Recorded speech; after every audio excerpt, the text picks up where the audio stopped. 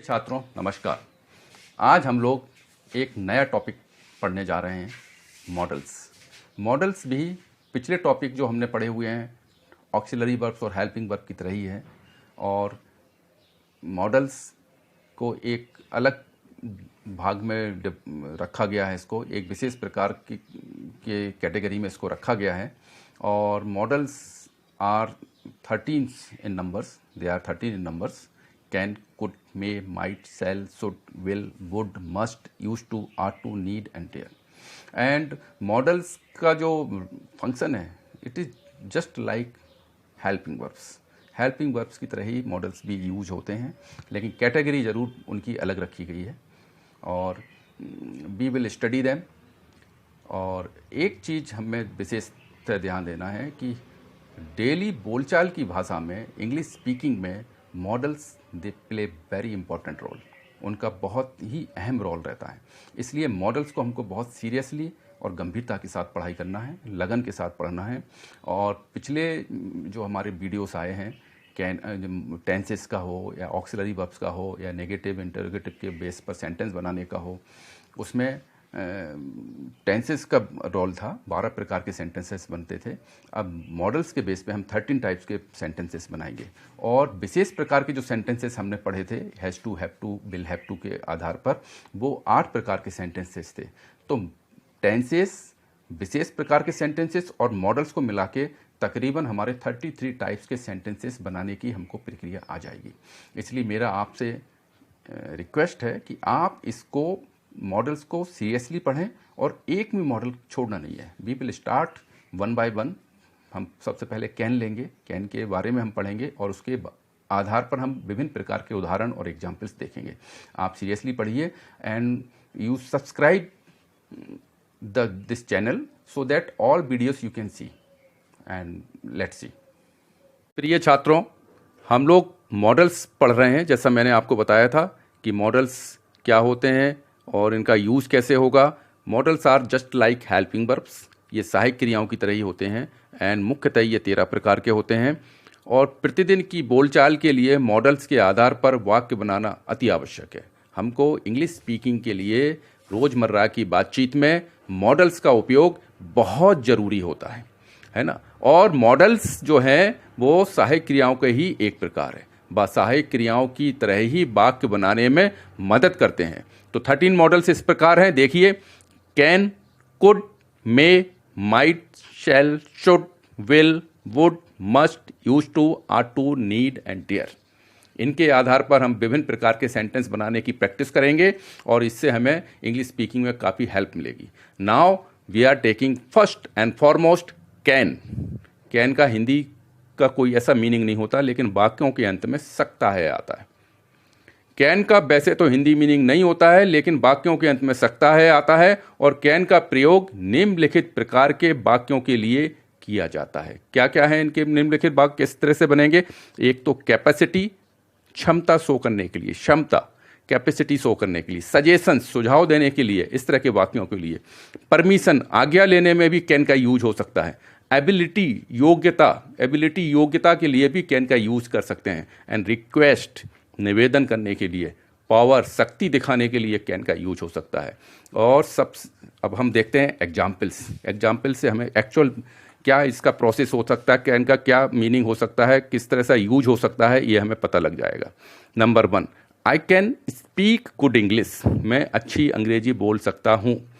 You can not appear in the exams. आप परीक्षा में नहीं बैठ सकते हो। She can clear medical entrance test. वह मेडिकल प्रवेश परीक्षा पास कर सकती है।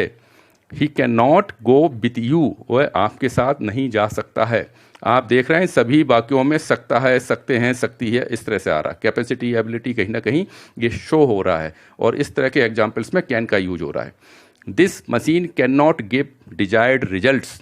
ये मशीन चाहे गए परिणाम नहीं दे सकती है। You can not go during the class. आप कक्षा के दौरान नहीं जा सकते हैं। Can you talk in English, helping verb की तरह कैन जब पहले लिया सेंटेंसेस के और फिर उसके बाद सब्जेक्ट आया और फिर first form of the verb आए, तो आप देखिए एक क्वेश्चन बन गया, इंटरोगेटिव सेंटेंस बन गया। Can you talk in English, क्या आप अंग्रेजी में बात कर सकते हैं। Can I take your book, क्या मैं आपकी किताब ले सकता हूँ। Can I sit here for some time, क्या मैं यहाँ कुछ समय के लिए बैठ सकता हूँ। Can I take your help in this matter, क्या मैं इस मुद्दे पर आपकी मदद ले सकता हूँ। You can have passed in this exam, ये एक और तरह का एक सेंटेंस हो गया जिसमें हैव लग गया। कैन के साथ सब्जेक्ट लिया, कैन के साथ हैव लगाया, तो हमेशा फिर वर्ब की third form of the verb लग गई, थर्ड फॉर्म लग गई है। तो क्या बन गया sentence, you can have passed in this exam, आप इस परीक्षा में पास हो सकते थे। इस सकते थे के लिए कैन हैव आ गया, ये देखिए। We can have reached on time, हम समय पर पहुंच सकते थे।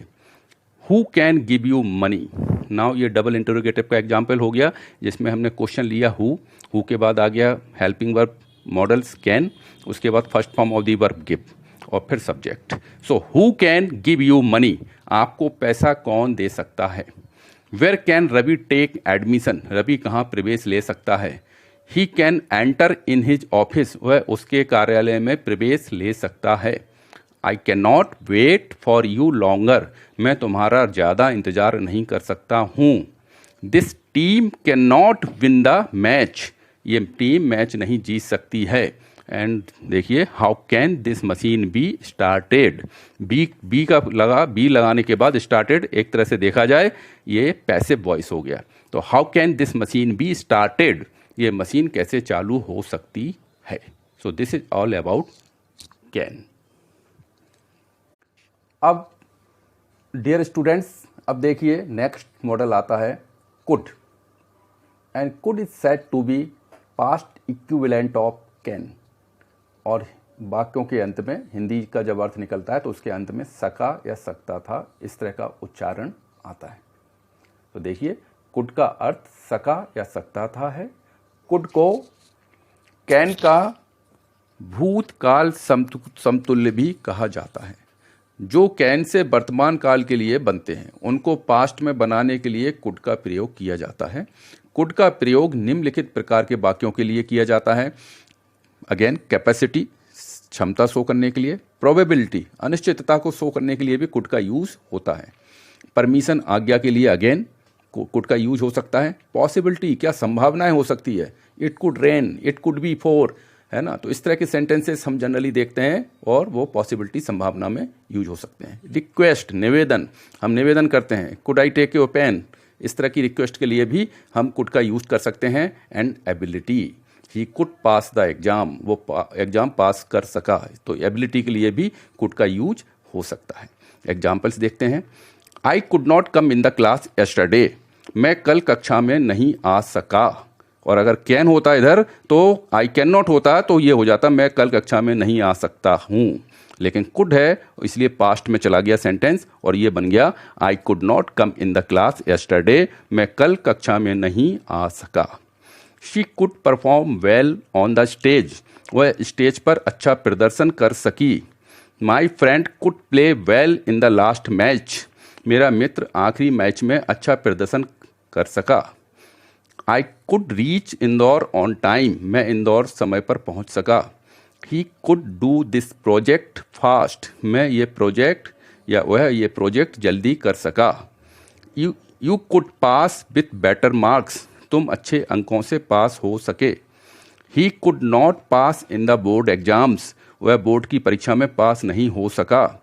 Ram could not start his new project, Ram उसका नया प्रोजेक्ट शुरू नहीं कर सका।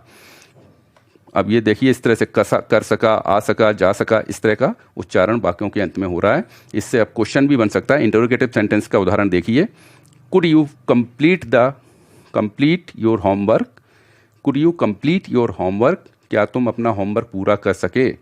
Could you talk to your friend, क्या तुम अपने मित्र से बातचीत कर सके। Could students learn perfect and fluent English, क्या छात्र परफेक्ट एवं धारा प्रभा अंग्रेजी सीख सके। अब ये डबल इंटरोगेटिव का उदाहरण आ गया है।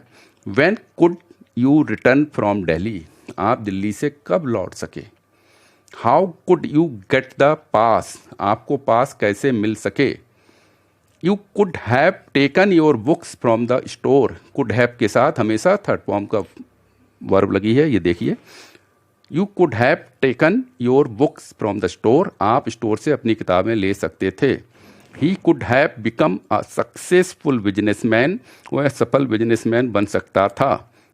She could not have asked any question, वह कोई प्रश्न नहीं पूछ सकती थी। Indian cricket team could not have one the match, भारतीय क्रिकेट टीम मैच नहीं जीत सकती थी। And Y could you have not return on the same day, आप उसी दिन क्यों नहीं लौट सकते थे या लौट सके थे। Could you please give me your book, कृपया क्या आप मुझे अपनी किताब दे सकते हैं। इस तरह से जो परमिशन का एक उदाहरण हो गया, एक तरह से इस तरह से हम यूज़ करते हैं कई बार। Could you please give me your book, could you please give me your pen, could you please come help me, इस तरह के सेंटेंसेस भी हम कुड की मदद से बना सकते हैं। Could you please tell me your name, कृपया क्या आप मुझे अपना नाम बता सकते हैं। So these all are examples of could.